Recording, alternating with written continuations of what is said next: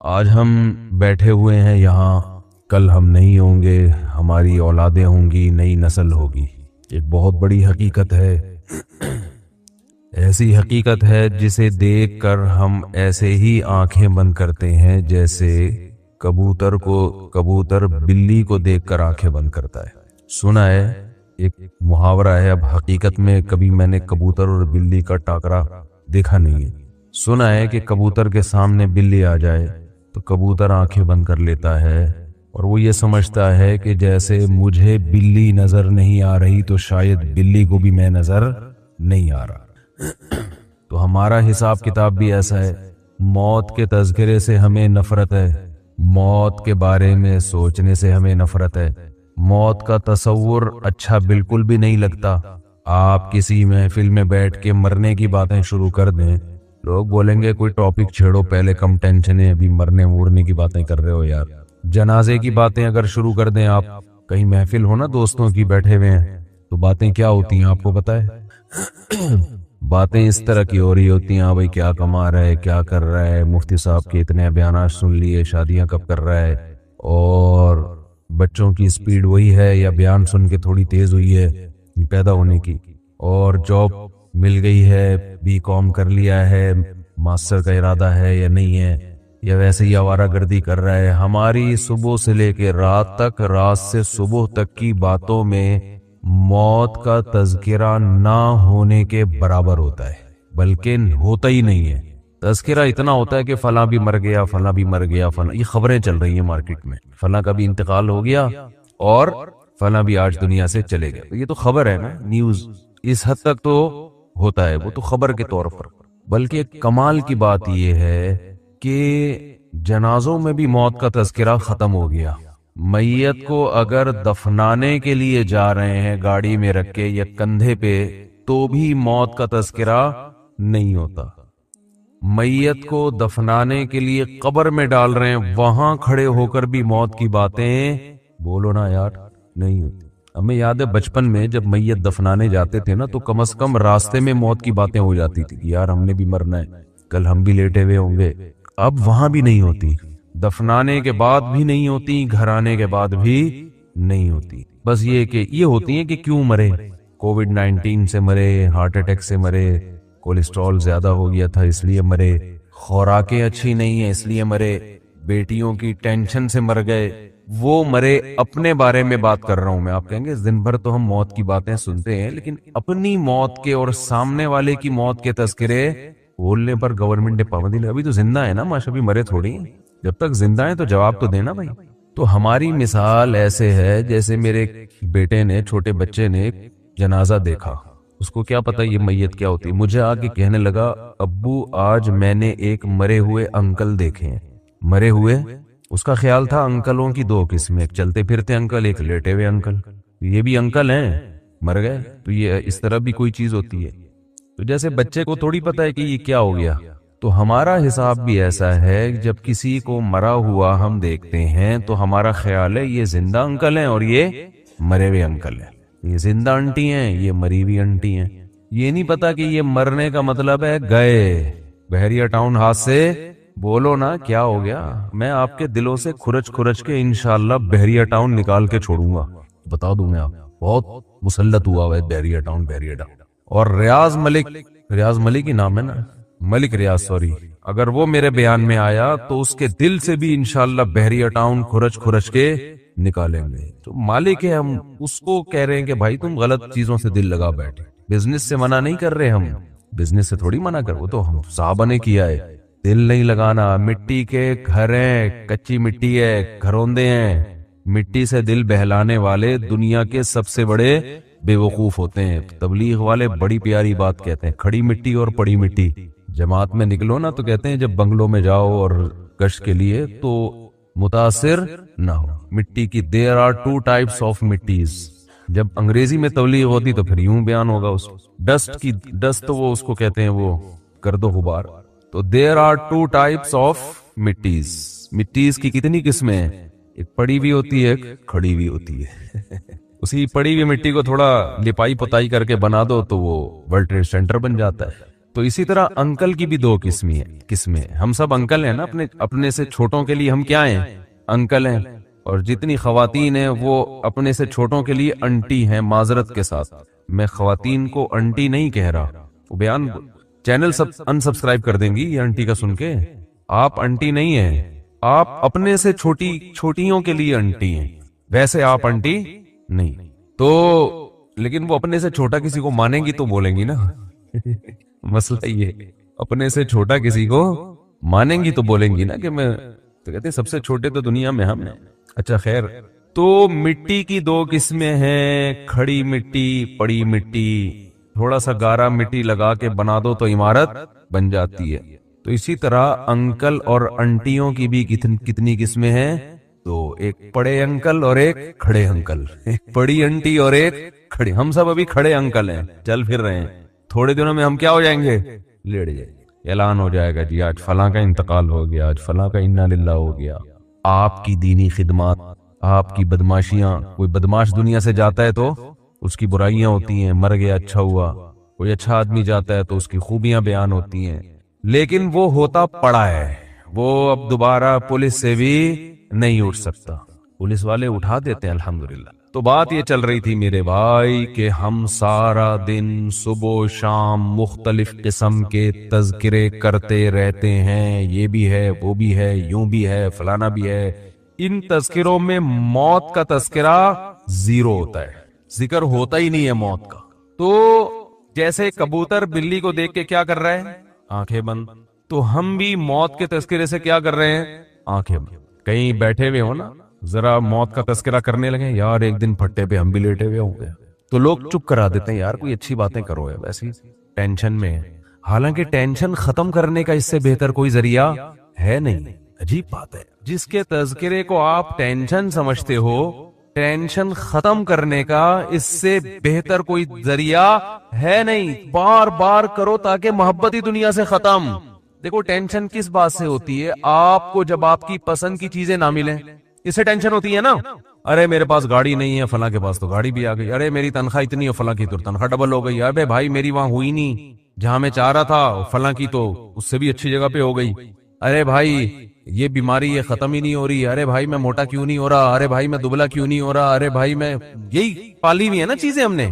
ارے وہ لوگ بحریہ ٹاؤن میں 10 پلاٹ خرید کے بیٹھ گئے, ہمارے پاس ایک گز کی جگہ نہیں ہے, کرائے کے مکان پہ, وہ بھی مالک مکان ہر وقت تانے دیتا رہتا ہے. ان ٹینشنوں کا بہترین علاج ہے, مر جائیں گے سب, کیا ہو جائے گا؟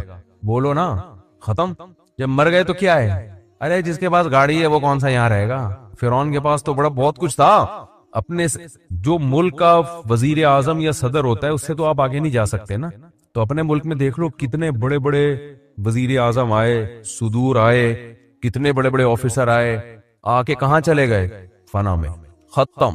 کسی کا جہاز کریش ہو رہا ہے, کسی کو پھانسی پہ لٹکایا جا رہا ہے, کوئی اپنی موت مر رہا ہے, کوئی یہ ہو رہا ہے, کوئی وہ ہو رہا ہے. نبی صلی اللہ علیہ وسلم نے فرمایا اکثروا من ذکر ہادم اللذات الموت. فرمایا جو لذتوں کو توڑ دینے والی چیز ہے نا موت, اس کو بہت کثرت سے یاد کیا کرو, اس کا تذکرہ کثرت سے کیا کرو. کیونکہ یہ ساری جو نعمتیں ہیں نا جن کو دیکھ دیکھ کے ہم جلتے کڑتے بھی رہتے ہیں, ڈپریشن میں بھی جاتے ہیں, یہ ساری لذتیں کیا ہونے والی ہیں؟ ختم. موت کے تذکرے سے ٹینشن جب ہوگی جب آپ دنیا کو مسافر خانہ سمجھ ہی نہیں رہے ہو, آپ سمجھ رہے ہو میں ہمیشہ یہاں رہوں گا, تو آپ اس خوش فہمی میں ہوتے ہو کہ میں موت کو بھلا دیتا ہوں, جب آنی ہوگی آ جائے گی, اور میں یہی سمجھتا ہوں کہ میں ابھی کیا ہوں, زندہ ہوں تو کل بھی زندہ ہوں.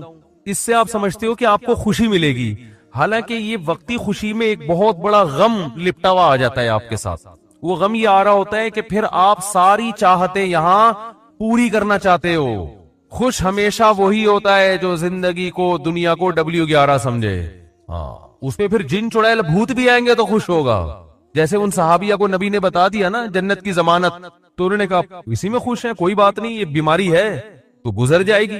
دیکھو اگر وہ صحابیہ دعا مانگ لیتی یا رسول اللہ نہیں مجھے تو آپ شفا کی دعا کریں, میں یہ ٹینشن نہیں برداشت کر سکتی, تو شفا تو مل جاتی. لیکن شفا مل کے بھی موت, شفا نہ ملنے میں بھی موت, تو چلے گئے سارے دنیا سے. شفا مل جاتی تو بھی موت, بلکہ وہ نبی سے یہ دعا مانگتی کہ شفا بھی ملے, 500 سال کی زندگی بھی ملے, تو بھی اب تک کیا ہو چکا ہوتا؟ موت ہو چکی ہے، جو مر گیا، دیکھو ماضی اچھا گزرے برا گزرے اس سے آپ کی صحت پہ کوئی اثر نہیں پڑتا. جو وہ ہمارے حصے میں آئے گا، گزر گئی گزران کیا جھوپڑی کیا میدان.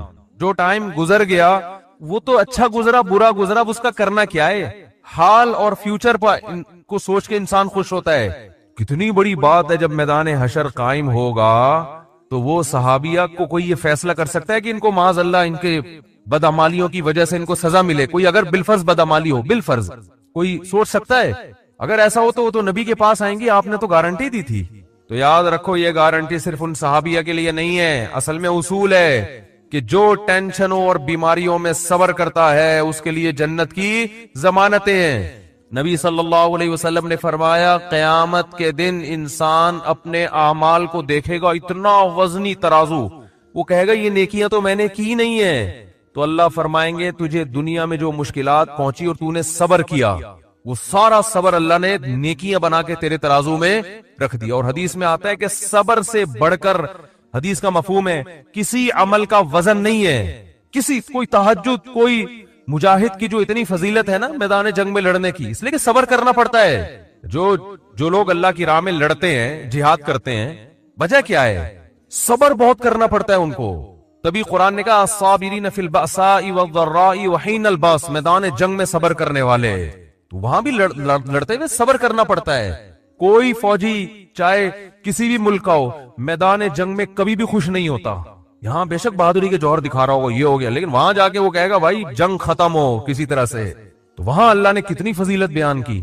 اور اللہ نے ان مجاہدین کی دعاؤں کا تذکرہ کیا کہ میدان جنگ میں نکل کے جو ہمارے نیک بندے دعا مانگتے ہیں، ربنا افرغ علینا صبرا وثبت اقدامنا، اے اللہ صبر کی بالٹیاں ہمارے اوپر انڈیل دے. کیا عجیب الفاظ ہیں. یہ نہیں کہتے اللہ میدان جنگ میں ہمیں صبر دے دے، بھائی یہ صبر تو ہر جگہ ہو. عام حالات میں اللہ نے کہا کہ اللہ صبر کرنے والوں کے ساتھ ہے. جو عام پریشانی ہے، کسی کا ایکسیڈنٹ ہو گیا، یہ ہو گیا، تو وہاں حدیث میں آتے اللہ سے صبر مانگو. من یتصبر، جو اللہ سے صبر مانگتا ہے، یصبرہ اللہ، اللہ اس کو صبر کی توفیق دیتے ہیں. وہاں یہ الفاظ ہیں، ہلکے الفاظ ہیں. لیکن میدان جنگ میں جو لڑنے والے ہیں اللہ کی راہ میں، ان کے لیے یہ نہیں کہا کہ صبر مانگو، ان کو کہا کہ اللہ سے دعا مانگو اے اللہ صبر کی بالٹیاں ہمارے اوپر انڈیل دے. افراغ عربی میں کہتے ہیں پانی کی بالٹی کسی کے اوپر ڈال دیا آپ نے، بہانا پانی. تو گویا صبر کو پانی فرض کیا گیا ہے اور اس کو ایک بالٹی میں رکھ کے ایسے انڈیل ہمارے اوپر. تھوڑا بہت صبر نہیں چلے گا یہاں پہ. وہ دشمن طاقتور ہے، وہ ٹینکوں بموں کے ساتھ چیتھڑے اڑا رہا ہے، آپ کی آنکھیں بھی جا سکتی ہیں، آپ کی ٹانگ بھی جا سکتی ہے، آپ گرفتار بھی ہو سکتے ہو. کتنی ٹینشنیں ہیں، اور یہ جنگ کب ختم ہوگی یہ بھی پتہ نہیں ہے. تو اللہ نے فرمایا وہاں یہ دعا مانگتے ہیں افرغ علینا صبرن، نیک لوگ دعا مانگتے ہیں اللہ ہمارے اوپر صبر کی بالٹیاں انڈیل دے. تو کس قدر، تو اللہ نے کیوں جنت، حدیث میں آتا ہے من قاتل فواق ناقتن، جو اونٹنی کا عرب لوگ دودھ نکالا کرتے تھے نا، تو دودھ جیسے ہی ختم ہوتا ہے اس کو چند سیکنڈ کے لیے چھوڑتے ہیں تاکہ تھوڑا سا دودھ دوبارہ جمع ہو جائے، پھر دوبارہ نکالتے ہیں. تو آپ صلی اللہ علیہ وسلم نے فرمایا جس نے اللہ کی راہ میں قتال کیا، لڑا، اتنی دیر جتنی دیر میں اونٹنی کے دودھ کو دھونے کے لیے چھوڑا جاتا ہے، چند سیکنڈ ہوتے ہیں، وجبت لہ الجنہ، اس نے جنت اپنے اوپر واجب کر لی. تو کیوں ہے بھائی یہ فضیلت؟ اس لیے کہ یہ یہاں بیٹھ کے بات کرنا آسان ہے، لڑنا بہت مشکل کام ہے میدان جنگ میں. تو کیوں اتنی فضیلت؟ لڑائی کی وجہ سے نہیں، صبر کی وجہ سے. اس کا صبر بہت ہے. تو میرے بھائی چاہے مصیبتوں میں صبر ہو، بیماریوں میں ہو، جن چڑیل بھوت آ گئے، کوئی بھی ٹینشن ہے نا، تو اس میں آپ صبر کو ہلکا نہ سمجھیں. اور یعقوب علیہ السلام کی دعا یاد کر لیں. جب بیٹا گم ہو گیا تھا نا، لوگ کہہ رہے تھے کہ آپ تو مایوس کیوں نہیں ہوتے، آپ یہ کیوں نہیں اور یوں کیوں نہیں. تو کیا فرمایا اعلم من اللہ ما لا تعلمون، میں اللہ کے بارے میں وہ کچھ جانتا ہوں جو تم نہیں جانتے. کیا مطلب؟ مجھے پتا ہے اللہ جب کسی کو تکلیف دیتا ہے تو بنانے کے لیے دیتا ہے، تکلیف برائے تکلیف نہیں ہوتی.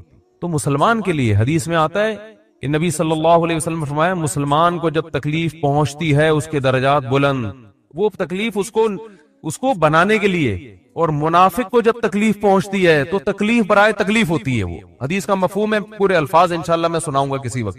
تو اس لیے میرے بھائی اللہ سے عافیت مانگیں، ہم تکلیفوں کے اہل نہیں ہیں، ہم تو نالائق لوگ ہیں، بے صبرے لوگ ہیں. ایک صحابی نے جب نبی سے یہ بیان سنا نا صبر پہ، کیسا صحابی کا جذبہ، اللہ سے مصیبتیں مانگنے لگے، دعا مانگ رہے ہیں اللہ مجھے مصیبتیں دے تاکہ میں صبر کروں. یہ صحابی کا ایمان تھا. کہ مجھے دنیا میں اللہ خوشی چاہیے ہی نہیں.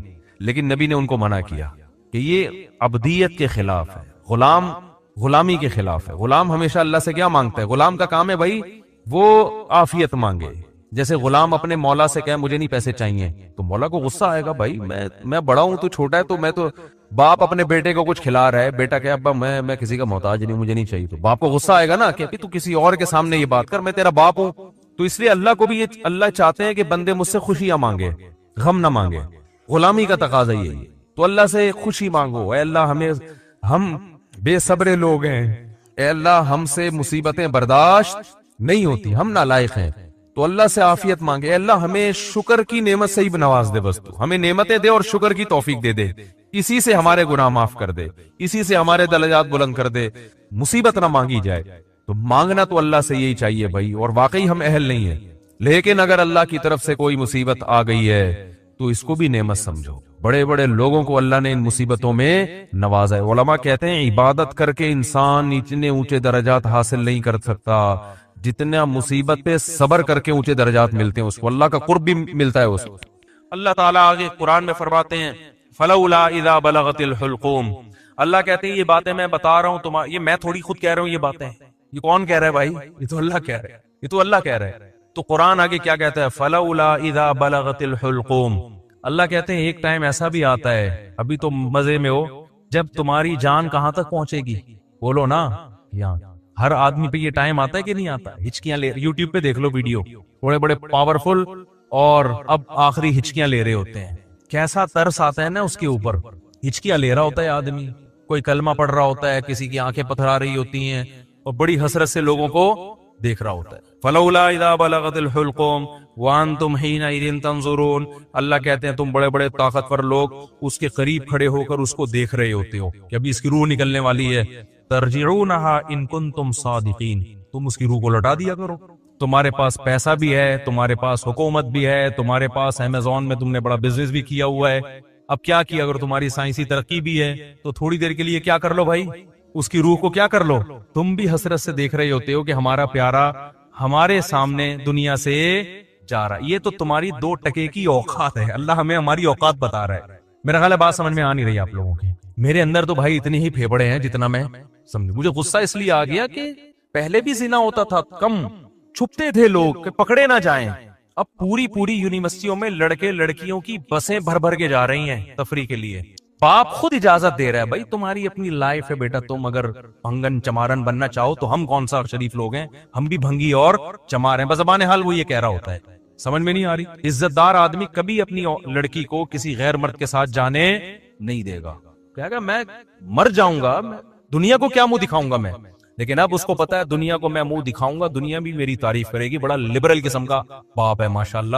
اپنی بیٹیوں پہ کوئی کسی قسم کا کنٹرول نہ ہے، نہ رکھنا چاہتا ہے. ڈانس کر رہے ہیں اپنی بیٹیوں کے ساتھ، ناچ رہے ہیں اپنی بیٹیوں کے ساتھ، لائکس مل رہے ہیں ان کو، لوگ شیئر کر رہے ہیں ماشاءاللہ جی. جو باپ محافظ تھا بیٹی کو حیا سکھانے کا، وہی بیٹی کی حیا نکال رہے ہیں. براڈ مائنڈڈ باپ ہے. کپڑے اتارو بھائی اس کے لوگوں کے سامنے، بہت زیادہ براڈ مائنڈ. گورا کو تو چڑیاں پہن کے ان کی بیٹیاں ان کے باپ کے سامنے ناچتی ہیں.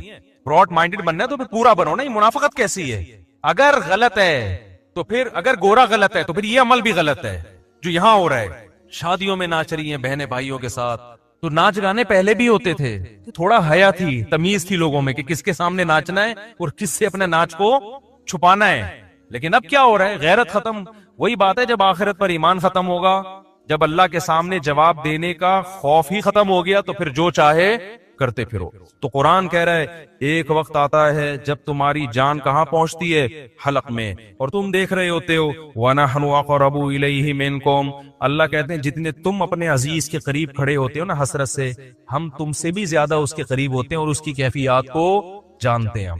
فَلَوْلَا إِن كُنْتُمْ غَيْرَ مَدِينِينَ. اللہ کہتے ہیں اگر تم یہ سمجھتے ہو تمہارے اوپر کسی کا کنٹرول ہی نہیں ہے، آزاد ہو، بڑے پاورفل ہو، ترجعونها ان کنتم صادقین، تو آج اپنی طاقت کا استعمال کرو. یہ تو تمہارا عزیز ہے، تمہارا معشوق ہے، اس کی جدائی تو تم برداشت کر نہیں سکتے، اس کو مرنے سے روک لو. پھر سارے ڈاکٹر عاجز آ جاتے ہیں کہ نہیں آ جاتے؟ سارے ڈاکٹر کیا کہہ دیتے ہیں؟ بھائی ہمارے بس میں نہیں. میں آغا خان میں تھا، اچانک چیخوں کی آواز آئی نا، اچانک عورتیں مردوں کی چیخوں کی آواز آئی. میں ایک دم ڈر گیا، کیا ہوا؟ پتا چلا جی ان کے والد صاحب ان کی ڈیتھ ہوئی ہے. آئے تھے تھوڑی دیر پہلے بالکل ٹھیک ٹھاک تھے بستر پہ, اچانک کوئی ہارٹ اٹیک ہوا یا برین ہیمریج جو کیا ہوا بہرحال, تو وہ ان کو توقع نہیں تھی کہ ہمارا باپ ایسے بھی جا سکتا ہے. تو بچیاں بھی رو رہی ہیں. میں نے کہا یار یہ دیکھو, یہ میں نے ایسے موت کے بہت سارے واقعات دیکھے, گلی میں گزر رہے چیخو پکار کی آواز آئی, کیا ہوا بھائی, پتا چلا جی ڈیتھ ہو گئی. کتنے کتنے سال رشتے آپس میں ٹائم گزارتے ہیں اور جدا ہونے میں چند سیکنڈ بھی بولو نہیں لگتے, اور پھر روتے 3-4 دن تک ایسے ہیں جیسے بڑا غم ہوا ہے, اور 3-4 دن کے بعد 20-20 30-30 سال پرانے رشتوں کو ایسا بھولتے ہیں جیسے زندگی میں کبھی رہنا نصیب ہی نہیں. یہ ہے وہ دنیا جس کے پیچھے انسان کس کو ناراض کر رہا ہے, خدا کو ناراض کر رہا ہے. تو قرآن کہتا ہے اس کی جان لوٹا کے دکھاؤ. فَأَمَّا إِنْ كَانَ مِنَ الْمُقَرَّبِينَ, اللہ کہتے ہیں اب یہ میرے پاس آ گیا ہے, اب یہ تمہاری کسٹڈی سے نکل گیا. اب میں بتاتا ہوں اس کے ساتھ کیا ہونے والا ہے, سمجھ رہے ہو نا. اب اس کا خود اپنے اوپر بھی کنٹرول نہیں. اب تک تو یہ تمہارے ساتھ بہت کچھ کر رہا تھا, فلاں کو اوپر چڑھا دیا, فلاں کو گرا دیا, فلاں کو یہ کر دیا, فلاں کو یہ کر دیا, کسی کو گالی دے دی, کسی کو صدقہ خیرات کر دیا, اب تو یہ کر رہا تھا. اب اس کے ساتھ میں کروں گا جو بھی ہوگا, تمہارا بھی کنٹرول ختم اور خود اس کا بھی اپنے اوپر سے کنٹرول ختم. فَأَمَّا إِنْ كَانَ مِنَ الْمُقَرَّبِينَ, اللہ کہتے ہیں یا تو یہ نیک لوگوں میں سے تھا, ساری زندگی اس نے مجھے یاد رکھا, میرے احکام کو فالو کیا. فَرَوْحٌ وَرَيْحَانٌ, تو اس کے لیے خوشبوئیں ہیں, وَجَنَّتُ نعیم, اور خوشخبریاں ہیں ہمیشگی کے باغات کی. وَأَمَّا إِنْ كَانَ مِنْ أَصْحَابِ الْيَمِينَ, دائیں ہاتھ والوں میں سے تھا. فَسَلَامٌ لَكَ مِنْ أَصْحَابِ الْيَمِينَ, اللہ کی طرف سے اس کو سلامتیاں ملنا شروع. ایسے بہت سارے واقعات ہیں اہل اللہ کے کہ موت کے وقت انہوں نے فرشتوں کو دیکھا, اور موت کے وقت وہ باتیں کرنے لگے کہ اللہ کی طرف سے ہمیں نیک فرشتے ہماری روح قبض کرنے کے لیے آئے. میں نے بھی ایسے واقعات سنائے ہیں آپ کو پہلے بیانات میں بھی, بہت وقت ہو گیا تو میں اس کو اسکپ کر رہا ہوں. بہت ایسے واقعات ہیں, شہداء کے بہت واقعات ہیں. میرے والد صاحب نے بتایا کہ قاری صاحب ہندوستان میں قرآن پڑھایا کرتے تھے, ساری زندگی ان کے نا بچوں کو قرآن پڑھانے میں گزری. موت کے وقت نا ان کی جسم سے روشنی کا گولا نکل کے گیا, سب نے دیکھا جتنے لوگ. حضرت مولانا اشرف علی تھانوی رحمۃ اللہ علیہ, جن پر آج لوگ بڑے اوٹ پٹانگ قسم کے اعتراضات کرتے ہیں, ان کی جب ڈیتھ ہوئی ہے نا تواتر سے, جو ان کے قریب لوگ کھڑے ہوئے تھے, انہوں نے بتایا کہ ان کی 3 انگلیوں سے روشنی کی کرنیں نکل رہی تھی موت کے وقت, کیونکہ پوری زندگی نا ان 3 انگلیوں سے تصنیف کا کام کیا ہے. ان کی سینکڑوں تصانیف ہیں جن سے بہت, اگر مولانا اشرف علی تھانوی رحمۃ اللہ علیہ ہندوستان میں نہ ہوتے نا تو آج یوں کہا جائے نا کہ میں بھی شاید بدعتی ہوتا, تو یہ بات غلط نہیں ہوگی. ہندوستان میں جو بدعتوں کو روکنے میں سب سے بڑا کردار ہے وہ مولانا اشرف علی تھانوی رحمۃ اللہ علیہ کا, کیونکہ تصوف میں اتنا غلو ہو گیا تھا کہ 20 قسم کی بدعتیں شامل ہو, پیر پرستی اور تصوف, اس پہ ان کی بہت ساری کتابیں ہیں اور بہت کام کیا انہوں نے, کسی کی ملامت کی پرواہ نہیں کی. تو انتقال کے وقت کیا تھا, کرنیں نکل رہی تھی ان, ایسے بہت ساری کرامتیں ہوتی ہیں. تو قرآن کہہ رہا ہے فَرَوْحٌ وَرَيْحَانٌ وَجَنَّتُ نَعِيمٍ وَأَمَّا إِنْ كَانَ مِنَ الْمُكَذِّبِينَ الضَّالِّينَ, اور اگر گمراہ لوگوں میں سے تھا تو اس کو بتا دیا جاتا ہے فَنُزُلٌ مِّنْ حَمِيمٍ, تیرا ٹھکانہ کھولتا ہوا پانی ہے جو تجھے پلایا جائے گا. وَتَصْلِيَةُ جَحِيمٍ, اور بھڑکتی ہوئی آگ ہے جس میں تجھے داخل کیا جائے گا. آخر میں اللہ اس سورت میں کہتے ہیں إِنَّ هَذَا لَهُوَ حَقُّ الْيَقِينِ, اے لوگو یہ جو باتیں ہم کر رہے ہیں ان کو سیاسی بیان نہ سمجھو, یہ یقینی باتیں ہیں. فَسَبِّحْ بِاسْمِ رَبِّكَ الْعَظِيمِ, اپنے رب کی کبریائی بیان کرو جو بہت عظمت والا ہے. تو یہ سورہ واقعہ کا حاصل ہے جو میں نے آپ کے سامنے بتایا. اللہ نے اپنی قدرت کو بیان کیا اور آخرت کی ہولناکیوں کو بیان کیا. تو بھائی طاق راتوں میں خاص طور پر